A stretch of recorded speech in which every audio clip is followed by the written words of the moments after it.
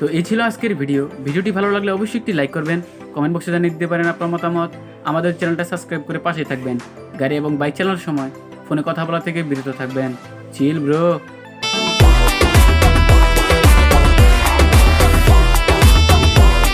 আরে দূর এরকম গেছে।